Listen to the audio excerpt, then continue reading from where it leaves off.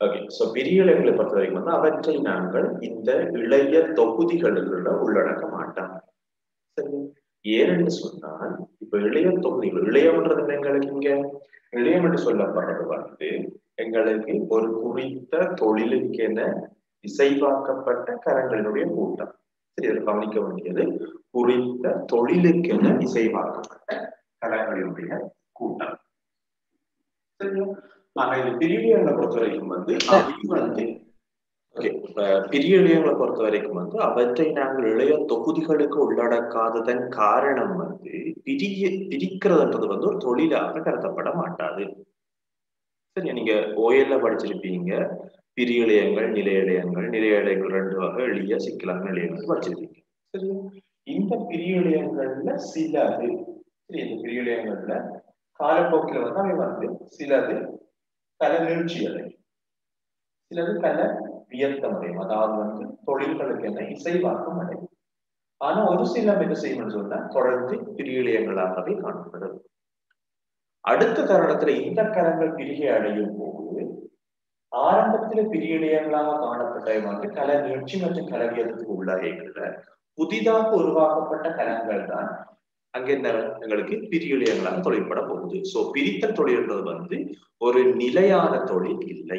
So அதனாலதான் நாங்க பிரிய இளையங்களை வந்து இளைய தொகுதிகளுக்குள்ள உள்ளடக்க மாட்டோம். அடுத்தது வந்து இந்த பிரிய இளையங்களை வந்து நாங்க பிரதானமாக 3ஆக பிரிக்க போறோம். அதுல வந்து நாங்க உச்சி பிரியலியம், இடைப்புகுந்த பிரியலியம், பக்க பிரியலியம் சொல்லுவோம். சரியா? அதுக்கு முதல் நாங்க பார்க்க வேண்டியது தாவரங்களை பொறுத்த வரைக்கும் வந்து இளையங்கள் சரி இளைய தொகுதிகள் இருக்க போகுது.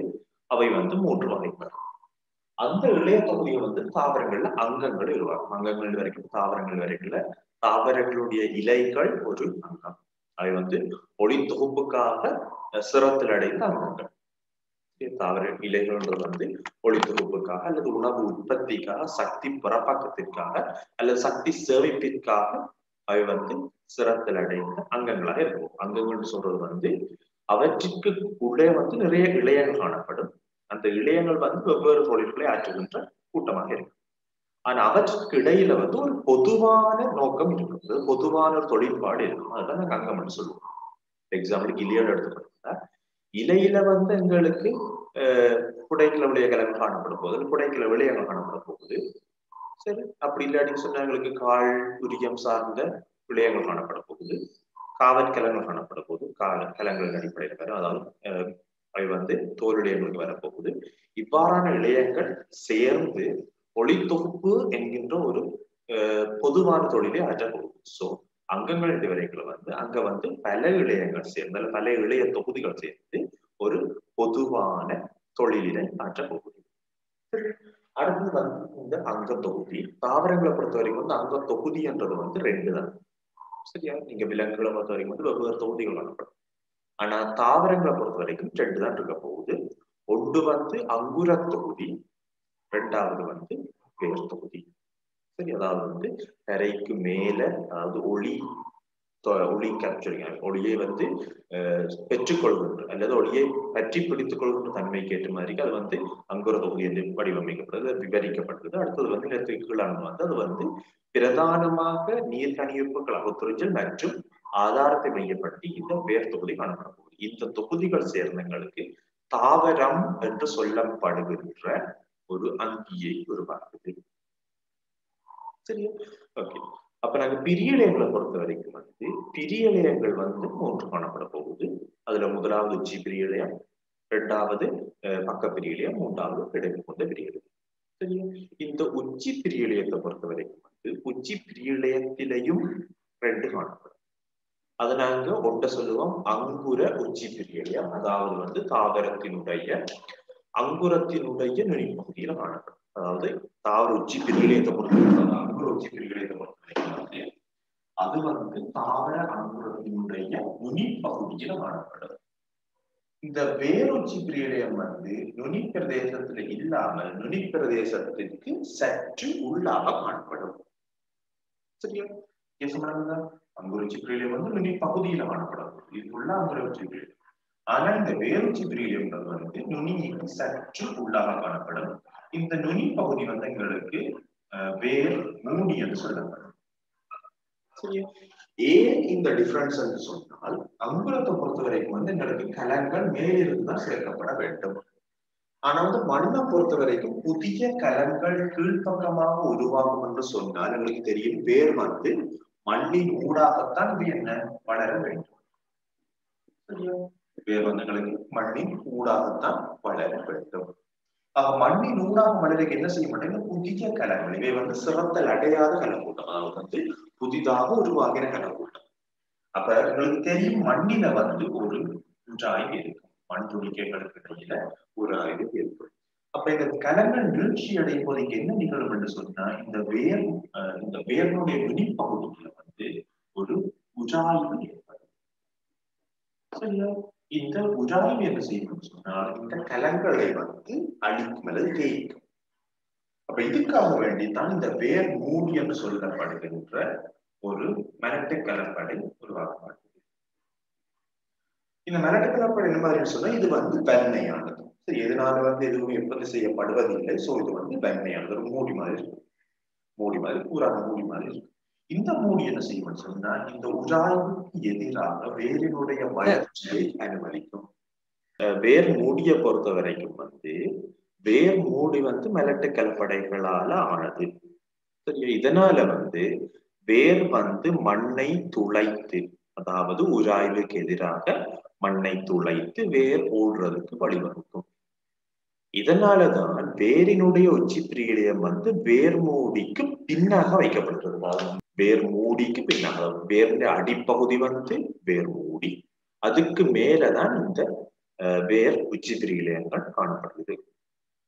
இந்த வேருச்சி பிரியிலங்களை பொறுத்த வரைக்கும் வந்து அவை வந்து இரு பக்கமும் அல்லது இரு புறமும் வந்து கலங்களை உருவாக்கக்கூடியவை. அவை உள்பக்கமாக ஆக்குகின்ற கலங்கள் வந்து ஈற்றில வந்து எங்களுக்கு வேர் மயிர்கள் வேர் சார்ந்த வியத்தங்களை உருவாக்கும். சரியா? அவை வெளிப்புறமாக உருவாக்குகின்ற கலக்கூட்டம் வந்து வேர் மூடிய வந்து புதுப்பிக்கும். என்ன சொன்னால் இந்த உராய்வு காரணமாக அந்த வேர் மூடி வந்து அழிவடைஞ்சு கொண்டு இருக்கும். சோ புதிதாக உருவாகுகின்ற கலங்கள்ல வந்து கொஞ்சம் வேர் மூடியாக மாறும், மீதமானவை இந்த வியத்துக்காக கலவியத்துக்குரிய பிரதேசத்துக்கு நோக்கி போய்கொண்டே இருக்கு, பின்னோக்கி போய்கொண்டிருக்கு. ஆக இந்த வேர் மூடி வந்து அழிய அழிய புதிய கலங்கள் வந்து வேர் மூடிகளாகவும் மாறிக்கொள்ளும். சரி, இந்த அங்குரோச்சி பிரியலயத்தை பொறுத்த வரைக்கும் பார்த்தா அங்குரோச்சி பிரியலயம் வந்து நுனியில ஆடும். இந்த அங்குரோச்சி பிரியலயங்களை மூடி விசேடமான கலங்கள் எதுவும் இல்லை. ஆனா வந்து இங்க வந்து இலை முதல் என்று சொல்லப்படுறது வந்து ஒரு குவிவாக காணப்படும். இந்த வேருச்சி அங்குரோச்சி பிரியலயம் வந்து எங்களுக்கு தெரியும் கவிகை வடிவானது. கவிகை வடிவங்கள் வந்து கவிகைன்றது வந்து பல்லக்கு. சரி, தமிழ்ல வந்து கவிகைன்னு சொல்லப்படுறது வந்து பல்லக்கு. பல்லக்குன்றது நீங்க பழைய தமிழ் இலக்கியங்களை பார்த்துருந்தீங்கன்னு சொன்னா இந்த இளவரசிகள் அரசிகள் வந்து பயணம் செய்கிறது வந்து பல்லக்கில. சரியா? அந்த பல்லக்கு வடிவானதாக இது காணப்படுவதன் காரணமாகத்தான் இதை நாங்க கவிகை வடிவான கட்டமைப்பு சொல்றோம்.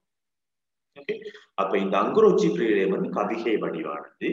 இந்த அங்குரோச்சி பிரியலத்தை மூடியதாக, அதாவது வந்து இப்படி ஒரு ஷேப்ல மூடியதாக என்ன மாற்றம் சொன்னங்களுக்கு இந்த இலை முதல் காணப்படும். இந்த இலை முதல்களுக்கு வெளிப்புறமாக எங்களுக்கு இளம் இலைகள் காணப்படும். நீங்க இந்த இளம் இலைகளை வந்து சாதாரணமான எந்த தாவரத்திலையும் அவதானிக்கலாம். ரெண்டு இலைகள் நுனியில ரெண்டு இலை ஒட்டி காணப்படும். பச்சை இளம் பச்சை நிறமாக காணப்படும், ரெண்டு ஒட்டி காணப்படும். அதை நீங்க கையாலேயே பிரிச்சு கொள்ளலாம். கையால பிரிச்சு பாத்தீங்கன்னு சொன்னா அதுக்குள்ள வந்து ஒரு சின்ன கட்டமைப்பு இருக்கும். அது இலை முதல் அதுக்குள்ள வந்து நீங்க பார்க்க இயலாது. அதாவது வந்து கையால பிரிச்சு பார்க்க இயலாது. சரியா? சோ இது வந்து சாதாரணமான அங்குர உச்சி பிரியலயத்தினுடைய கட்டமைப்பாக இருக்குது. தாவரங்களில் பிரியிலியங்கள் அழைக்கப்படும் வியத்தம் அடையாத இழையங்கள் உள்ளன. சரி, இதனாலதான் நான் சொன்னேன் பிரியிலியங்களை வந்து நாங்க இளைய தொகுதிக்குள் உள்ளடக்க மாட்டோம். ஏனென்றால் இவை வியத்தம் அடையவில்லை. வியத்தம்ன்றது வந்து ஒரு குறித்த தொழிலுக்காக வேண்டி இசைவாக்கம் அடைகிறதுக்கு பெயர் தான் வியத்தம். இவை தகுந்த நிபந்தனைகளின் தொடர்ச்சியாக பிரிவடைந்து புதிய கலங்களை தோற்றுவிக்கக்கூடிய கலங்களை கொண்டுள்ளன. இதுல முக்கியமாக நோட் பண்ண வேண்டிய பகுதி வந்து இது தகுந்த நிபந்தனைகளின் கீழ். அதாவது வந்து பிரியிலியங்கள் வந்து தகுந்த நிபந்தனைகள் கிடைக்காத விடத்து அவை உறங்கு நிலையில் காணப்படலாம். சரியா? அப்ப இவற்றிற்கு தகுந்த நிபந்தனை, தாவரம் வளர்றதுக்கு ஏற்ற நிபந்தனை கிடைத்தாத்தான் இவை வளர்ச்சி. நீங்க நார்மலா கூட இந்த சில தோடை வகைகளை பாத்தீங்கன்னா தெரியும். இந்த சில தோடைகள் வந்து வளருது. அதாவது வந்து நீங்க நார்மலா வச்சிருப்பீங்க. பட் அது வளர்றதுமே ஒரு 10 வருஷம் 20 வருஷம் கூட எடுக்கலாம். ஆனா அது இறக்கவும் மாட்டுது, அப்படியே இருந்துக்கொள்ளும். சோ அதுதான் உங்களுக்கு பெட்டரான உதாரணம் இந்த தகுந்த நிபந்தனை. அதாவது தாவரம் வளர்றதுக்கு தேவையான வெப்பநிலை, ஈரப்பதன், மண்ணீரினுடைய உள்ளடக்கம் போன்ற மற்ற வந்து கனிப்பொருட்களினுடைய அளவு, அதுவும் முக்கியம். கனிம பொருட்களினுடைய அளவும் முக்கியம். சோ அது கிடைத்தால்தான் இவை வந்து மேலதிகமாக வளர்ச்சியடையக்கூடியவையாக இருக்கும்.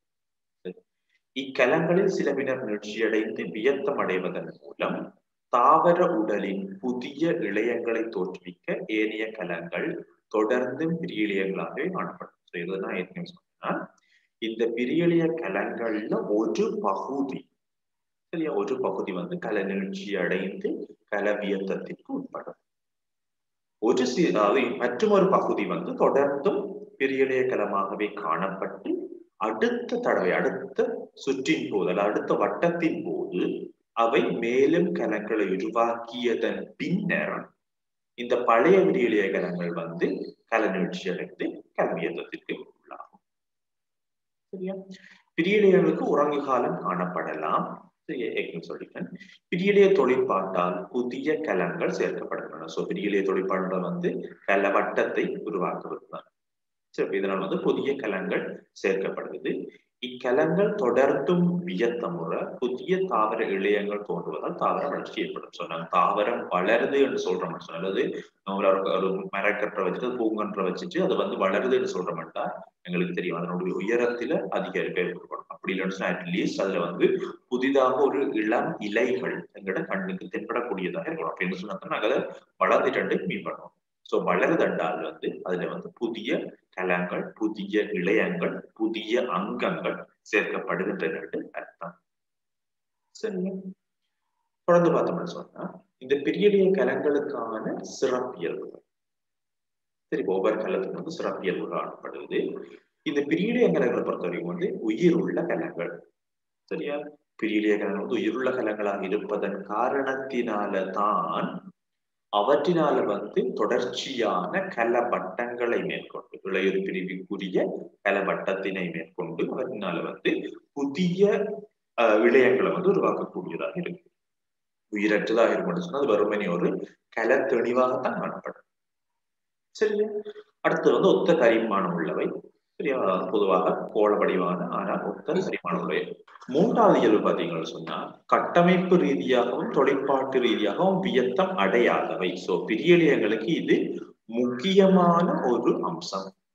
இவை வந்து ஒரு பிரிக்கிறதுன்றது வந்து அதில் கலப்பிரிவடைகிறதுன்ற ஒரு தொழில் கிடையாது. சரியா? அதனாலதான் சொல்றோம், இவை வந்து கட்டமைப்பு ரீதியாக சரி, தொழிற்பாட்டு ரீதியாக சரி, இவை வந்து ஒரு தொழிலுக்கும் சிறப்படையாதவை அல்லது வியத்தம் அடையாதவை.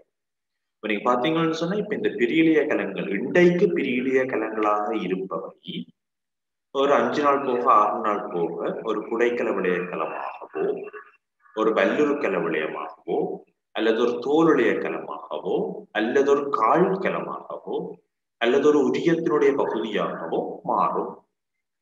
சரியா? அப்ப நாள் போக்கில்தான் அவை வந்து மற்றும் ஒரு கலமாக மாறப்போகுது. அது வரைக்கும் வந்து அவை எந்த விதமான வியத்தத்தையும் காட்டாதவை. சோ அது வந்து ஒரு சிறப்பியல்பாக இருக்க போகுது. அதான் சொல்றோம், கட்டமைப்பு ரீதியிலும் தொழிற்பாட்டு ரீதியிலும் வியத்தம் அடையாதவை. ஆக இங்க பரிமாணம் கூட, கோள வடிவான பரிமாணம் கூட நிலையானது கிடையாது. சரியா? அப்ப அந்த பரிமாணம் வந்து கோள வடிவம் வந்து நாள் போக்கில மாறும். அது எந்த கலமாக மாறுதோ அந்த வடிவாக மாறும். இப்ப அது வல்லுறு கல வடிவமாக மாறும் என்று சொன்னா அறுகோண வடிவாக மாறும். சரி, அடுத்த இயல்பு வந்து மையமான கரு ஒன்றை கொண்டவை. சரி, அப்ப இங்க வந்து ஒரு பெரிய தொழிற்பாட்டிற்குரிய கரு காணப்படும். ஏன்னு சொன்னா தெரியும், ஒரு கலப்பிரிவு நடக்கிற இடத்துல வந்து கருவினுடைய பங்களிப்பு இன்றியமையாகுது. கருவில தான் எங்களுக்கு குரோமோசோம்கள் காணப்பட போகுது, பாரம்பரிய பதார்த்தங்கள் காணப்பட போகுது. ஆகவே வந்து இங்க வந்து கரு வந்து ஆக்டிவா இருக்கும். அதாவது கரு வந்து தொழிற்பாட்டு ரீதியில வந்து வினைத்திறனானதாக இருக்க வேண்டும். அடுத்தது வந்து அடர்த்தியான குழிய உருவை கொண்டவை. சோ இது வந்து பொதுவானது. அதாவது வந்து கல பிரிவினை மேற்கொள்கின்ற எல்லா கலங்களுக்கும் இந்த ரெண்டு இயல்பும் வந்து பொதுவானவை. சரியா?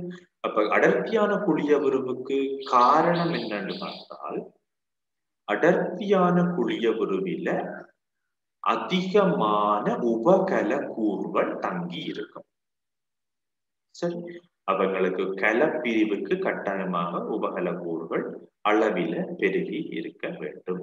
சரி, நாங்க பாக்குறோம் G1 S G2 எல்லாம் பார்க்கிறோம். சரி, இங்க வந்து இந்த உபகல கூறுகளினுடைய பெருக்கம் நிகழுது. சோ இந்த உபகல கூறுகள் வந்து பெருக்கம் அடையுது என்று சொன்னால் அங்க வந்து அடர்த்தியான குழியவர் ஒன்று காணப்பட வேண்டும். சோ அடர்த்தியான குழியவர் காணப்படுகிறது அப்படின்னு சொன்னா அதன் மீனிங் உபகல கூறுகள் நிறையவே காணப்படுது. சரி, அடுத்தது வந்து பெருக்கம் அடையும் தகவுள்ளவை. சோ பிரியிலிய கற்கள் ஆட்டோமேட்டிக்காவே கலப்பிரிவு என்ற வேலையில் கலப்பிரிவு என்பதை நிகழ்த்த போபவை. ஆகவே வந்து அவை வந்து பெருக்கம் அடையக்கூடியது, பெருக்குகின்ற தகவு உடையவையாக காணப்படும். சரி, அடுத்தது வந்து இந்த பிரியிலிய பார்த்தோம்னு சொன்னா இங்க வந்து கலப்பிரிவு, கல நீட்சி, கல வியத்தம் என்ற 3 வலயங்கள் காணப்படுது. ஆனா வந்து இந்த 3 வலயங்களுக்கும் இடையில தெளிவான வேறுபாடல், தெளிவான பிரிக்கக்கூடிய வலயங்களாக காணப்படாது. எல்லைகள் தெளிவானதாக இருக்காது. சரி, அப்ப இங்க கலப்பிரிவு வலயம் வந்து தொடர்ச்சியாக கலங்களை வந்து உருவாக்குறதுக்காக சிறப்படையும். அதுக்கு கீழே காணப்படல, அதுக்கு அடுத்ததாக காணப்பட்ட கல நீட்சி வலயத்துல வந்து கலங்கள் வந்து நீட்சி அடையும். நீட்சியடைந்த கலங்கள் மூன்றாவதாக காணப்படுகிற கல வியத்தத்துல வந்து அவை வந்து ஒரு தொழிலுக்கு என்ன இசைவாகும் அல்லது ஒரு தொழிலுக்கு என்ன சிறத்தல் அடையும். சரி, அப்ப இந்த 3 வலயங்களையும் வந்து நாங்க எல்லைப்படுத்தி குறிப்பிட முடியாது. அதாவது வந்து கலப்பிரிவு வலயம் இவ்வளவு தான், கலநீட்சி வலயம் இவ்வளவு தான் என்று எல்லைப்படுத்த முடியாது. அவை வந்து சில சந்தர்ப்பங்கள் வந்து ரெண்டுமே மேற்பொருந்தி காணப்படலாம். ஒன்றோடு ஒன்று மேற்பொருந்தியதாக காணப்படலாம். ஆனா கிடைக்கின்ற சூழல் தகைப்புகளுக்கு ஏற்ற மாதிரி அல்லது சூழலிருந்து கிடைக்கின்ற அங்கிகளுக்கு தேவையான கனிப்பொருட்கள் சரி, நீர் சரி, அவற்றின் அடிப்படையில வந்து இந்த வலயங்கள் வந்து வேறுபடும் என்று சொல்ல வரா. இப்ப அங்கிக்கு வந்து அல்லது தாவரத்துக்கு வந்து போதிய கனிப்பொருள் கிடைக்கவில்லை அப்படின்னு சொன்னால் இந்த கலப்பிரிவு வலயம் வந்து அதாவது உறங்க நிலையில காணப்படும். கல நீட்சி வலயம் வந்து அதிகமாக நீட்சி, அதாவது குறுகியதாகவே காணப்படும். சரியா, கல வியத்த வலயங்கள்லையும் வந்து அதிகமான இலைகளோ கிளைகளோ காணப்படாது. அவையும் வந்து குறுகியதாகவே காணப்படும். நீங்க ஒரு தோட மரத்தை பார்த்தீங்கன்னு சொன்னா இது உங்களுக்கு தெளிவாகவே விளங்கும் என்று நினைக்கிறேன். அடுத்தது வந்து நாங்க பார்த்த மாதிரி இந்த 3 வகையான பிரியலயங்கள். இதுல வந்து உச்சி பிரியலயங்கள் வந்து தாவரத்தினுடைய உயர அதிகரிப்புல வந்து செல்வாக்கு செலுத்தும். சரி, உச்சி பிரியலய வரைகளை வந்து தாவரத்தினுடைய உயரம் அதிகரிப்பதிலையும் அதே வேளை வந்து தாவரத்தினுடைய பிரதான ஆதாரமாக இருக்க போறது வந்து இந்த உச்சி பிரியலயங்களாலே உருவாக்கப்பட்ட கலங்கள். என்ன சொல்ல வரணும்னு சொன்னா இந்த வேறுச்சி பிரியலயங்கள் வந்து தாவரத்தினுடைய பிரதான ஆதாரம். சரி, என்னன்னு சொன்னால் தாவரத்தை வந்து நிலைப்படுத்துவது, தாவரத்தை பற்றி பிடித்து வைத்திருக்கிறதுக்கு வேண்டிய வேலைகள் செய்யறது வந்து இந்த வேறுச்சி பிரியலத்தினால உருவாக்கப்படுகின்ற வேர்கள். அத்தோட வந்து இந்த உச்சி பிரியலம் வந்து பிரதானமாக வந்து உயரத்தோட சம்பந்தப்பட்டவை. இந்த பக்க பிரியலியங்கள் வந்து அகலத்தோட அல்லது விட்டத்தோட சம்பந்தப்பட்டவை. சோ இவை வந்து துணையான வளர்ச்சியில சம்பந்தப்படும். உச்சி பிரியலியங்கள் வந்து முதலான வளர்ச்சியில சம்பந்தப்படும். பக்க பிரியலியங்கள் வந்து துணையான வளர்ச்சியில சம்பந்தப்படும். அதாவது வந்து தாவரத்தினுடைய விட்ட அதிகரிப்பு. ஆக தாவரத்தினுடைய விட்ட அதிகரிப்பும் தாவரத்தினுடைய ஆதாரத்திற்கான அவசியமாகத்தான் கணிக்கப்படும். ஆனா வந்து இது வந்து துணையான ஆதாரம். அதாவது வந்து இப்ப தாவரம் உயர்ந்து வளர்ந்தது யோசி. சரி, உயர்ந்து வளர்கிற மெல்லிய தாவரம், தாவரம் மெல்லியதாக இருக்கும் என்று சொன்னால் எங்களுக்கு தெரியும், காற்று வந்து அடிக்கைகளை வந்து ஃபோர்ஸ் இன்டு டிஸ்டன்ஸ், ஆகவே வந்து விசை திருப்பம், இதனால வந்து தாவரம் முறித்து விடும். எங்களுக்கு தாவரம் வந்து இவ்வளவு உயரமாக வளருது. சோ இங்க வந்து எங்களுக்கு என்னது, காற்று காரணமாக ஒரு விசை ஏற்படுத்தப்படுகிறது. காற்று காரணமாக ஒரு விசை எங்க ஏற்படுத்தப்படுதுன்னு சொன்னா தாவரத்தினுடைய உச்சி பகுதியில. சரியா? சேம் டைம் வந்து தாவரத்தின் உச்சி பகுதி எங்களுக்கு தெரியும், அங்கே ஒரு என்னது அடர்ந்த அங்குரம் காணப்படாது, அடர்ந்த கிளை தொகுதி ஒன்று காணப்பட போகுது. அப்ப இங்க வந்து எங்களுக்கு ஃபோர்ஸ், இது வந்து எங்களுக்கு டிஸ்டன்ஸ் இருக்க போகுது. ஸோ இதனால வந்து இந்த விசை திருப்பம் தான் இங்க நிகழ போகுது. இந்த இடத்துல வந்து முறிவு வந்து தாவரம் விழ நேரிடும், அல்லது தாவரம் அழிக்க நேரிடும். சோ இதை தவிர்க்கிறதுக்காக என்ன நிகழ்வுன்னு சொன்னால், இந்த தாவரம் வந்து விட்டத்திலையும் அதிகரிக்கும், அல்லது குறுக்குவெட்டு பரப்பிலையும் அதிகரிச்சு உங்களுக்கு இப்படி ஒரு ஷேப் வருவாங்க. இந்த ஷேப் தான் நீங்க இந்த அணைக்கட்டுகள்ல காணுவீங்க. சோ இந்த மாதிரியான ஷேப் இருக்கும் என்று சொன்னா உங்களுக்கு வந்து புவியீர்ப்பு மையம் வந்து கீழ்ப்புறம், அதாவது அரைவாசிக்கு கீழே தான் காணப்படும். சோ அரைவாசிக்கு கீழே காணப்படும் என்று சொன்னால் அங்க வந்து தாவரத்துக்கு வந்து ஆதாரம் பலப்படுத்தப்பட்டிருக்கும். சோ இந்த பக்க பிரிவுகள் வந்து பிரதானமாக இந்த வேலையை செய்யுது, தாவரத்தினுடைய விட்டத்தை அதிகரிக்கின்ற வேலைகள். மூன்றாவது வந்து இந்த இடைப்புகுந்த பிரியடையம். இடைப்புகுந்த பிரியடையத்தை பொறுத்தவரைக்கும் வந்து இவை வந்து ஏதேச்சியா காணாது, இவை வந்து பிரதானமான தொழில் என்று எதுவும் இல்லை. ஆனா இவை என்ன செய்யும் என்று சொன்னால், ஒருவேளை தாவரம் முறிந்து விட்டால், சரியா, ஒருவேளை தாவரம் முறிந்து விட்டால், பொதுவாக இவை வந்து புல்லுகள்ல தான் காணப்படும், அல்லது சின்ன சின்ன தாவரங்கள்ல தான் காணப்படும். எங்கு காணப்படும் என்று சொன்னால் இந்த கணு இடை பிரதேசங்கள் என்று சொல்லப்படுகின்ற பிரதேசங்கள். கணுவிடை என்று சொன்னால் எனக்கு தெரியும். அப்ப நீங்க கணுவிடை பிரதேசம் வந்து ஒரு குறிப்பிட்ட காலத்திற்கு பின்னர் தான் நீட்சி அடையும். இதையும் நீங்க அவதானிக்கலாம். இந்த தேக்கு மரங்களை பார்த்தீங்கன்னு சொல்ல, வேறு மரங்களை பார்த்தாலும் சரியும், அவற்றில வந்து இந்த இலைகளுக்கு இடையிலான இடைவெளியை அவதானிச்சுப்பாரு. இலைகளுக்கு இடையிலான இடைவெளி பார்த்தீங்கன்னு சொன்னால் அடியில இருந்து ஒரு குறிப்பிட்ட தூரத்துக்கு வந்து இலைகளுக்கு இடையில ஒரு பெரிய இடைவெளி இருக்கும், சீரானதாக இருக்கும். ஆனா இந்த குறிப்பிட்ட புள்ளியில இருந்து நுனிப்புள்ளி வரைக்கும் என்ன செய்யும், இந்த இடைவெளி வந்து குறுகி கொண்டே போகும். நுனியில பார்த்தீங்கன்னு சொன்னா பக்கத்துல பக்கத்துல இலைகள் இருக்க நேரிடும். என்ன நிகழுது என்று சொன்னால், இந்த நுனி பிரதேசத்தில வந்து கலங்கள் காணப்படுது, ஆனால் அவை நீட்சியுறவில்லை. சரியா?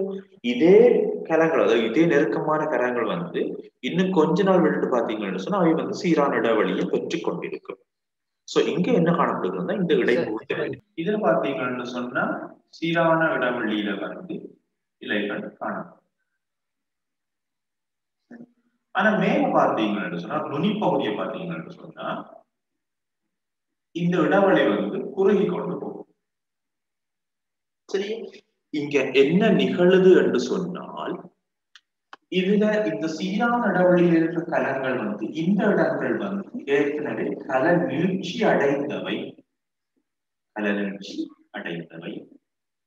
ஆனா இந்த கலங்கள் வந்து இந்த பிரதேசத்துல காணப்படுற கலங்கள் வந்து கல நீட்சி அடையாதவை. அப்ப கல நீட்சி அடையாதவைன்னு சொல்லிக்கல, இந்த கல நீட்சி அடையாத கலங்கள் கல நீட்சி அடைகிறதுக்கு ஒரு காலம் எடுக்கும். நாங்க முன்னுக்கே பார்த்தோம்னா கலவை வளையங்கள், முதலாவது கல பிரிவு, இரண்டாவது கல நீட்சி. சோ கல நீட்சியை அடையாத விடத்துல அவை எப்படி இருக்குதுன்னு சொன்னா இந்த கல பிரிவு வளையங்களாகவே தொடர்ந்தும் காணப்பட போகுது.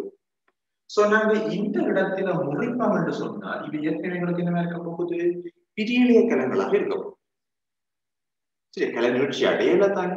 கல நீட்சி அடையாத பட்சத்துல அவை என்ன கலங்கள், பிரியலிய கலங்கள் அல்லது கல பிரிவு வரும். சோ இந்த இடத்துல வந்து இந்த கலங்கள் வந்து புதிய ஒரு அதாவது இந்த கலங்கள் வந்து ஒரு உச்சி பிரிகளைய மாதிரி தொழிற்பட்டு இந்த முறிந்த பிரதேசத்தை வந்து சீரமைக்கும். இப்ப இது நான் முடிச்சுட்டு எடுத்துக்கொண்டா இந்த கலங்கள் வந்து கலப்பிரிவு வலயமாக தொழிற்பட்டு இந்த கலத்தினுடைய இந்த முறிவை வந்து சீர் செய்யறதுல பங்களிக்கும். அடுத்த பார்த்தோம்னு சொன்னா உச்சி பிரியிலையங்கள் அந்த நோட்ஸின் படி இப்பிரியிலையங்கள் வேர் நுனிகள் மற்றும் அங்குர நுனிகளில் அமைந்திருக்கும். இவை புதிய கலங்களை சேர்ப்பதன் மூலம் நீளத்தில் அதிகரிப்பை ஏற்படுத்தும். இச்செயல்முறை முதலான வளர்ச்சி எனப்படும். சோ நான் ஏற்கனவே சொன்ன மாதிரி இதுக்கு பெயர் வந்து முதலான வளர்ச்சி. தாவரம் புதிதாக வளர்வது வந்து முதலான வளர்ச்சி.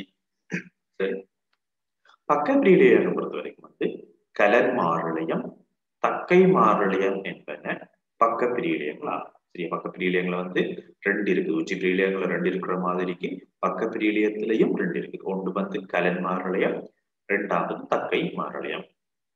வைரம் சரிந்த தாவரங்களில் இவை காணப்படுவதுடன் அவற்றின் தண்டுகள் மற்றும் வேர்களில் சுற்றளவை அதிகரிக்க செய்யும் துணை வளர்ச்சியில் பங்கு பெற்றும்.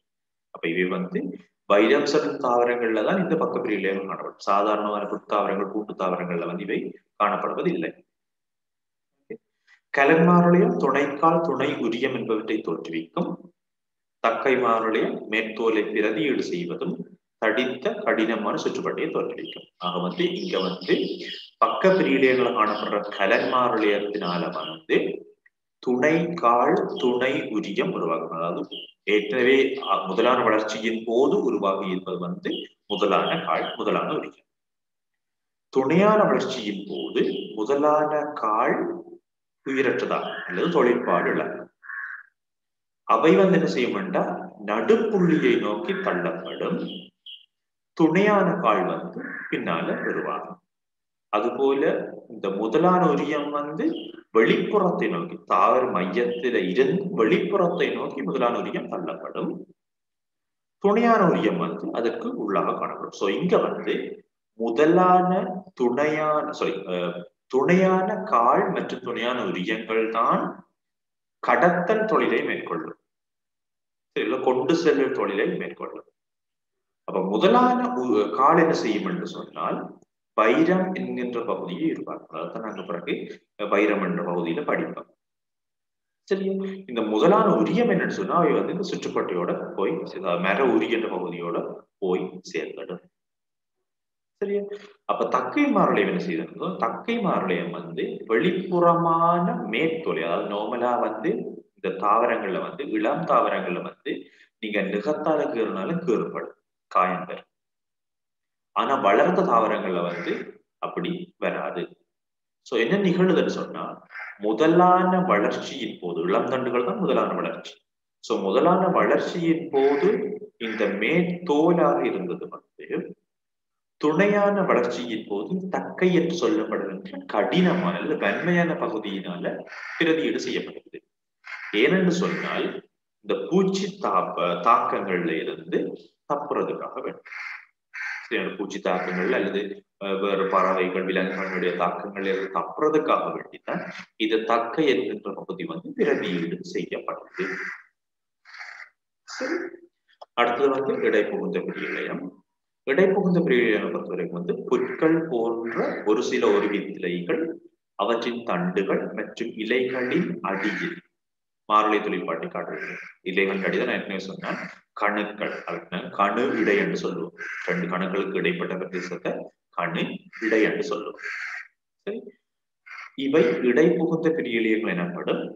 இவை சேதமுற்ற இலைகளில் விரைவான மீள் வளர்ச்சிக்கு இடப்படும். சேதமுற்ற இலைகள் மட்டும் இல்ல, ஒரு தாவரம் அல்லது தாவரத்தினுடைய உச்சி பகுதி முறிந்தால் சரி, அழிந்தால் சரி, இல்ல ஆடு மாடு போன்றவற்றால் கடிபட்டால் சரி, எந்த விதமான பொறிமுறை சேதம் ஏற்பட்டாலும் இந்த இடைப்புகுந்த பிரியிலையம் வந்து பிரதியீடு செய்கின்ற ஒரு தொழிலை மேற்கொள்ள போகும். நம்ம நீங்க பாத்தீங்கன்னு சொன்னா இந்த ஆடு மாடு வந்து புல்லு சாப்பிடுறதா இருக்கு. அது என்ன செய்யணும், பழமொழி கூட இருக்கு, மாடு நுனி புல் மேய்கிற மாதிரி.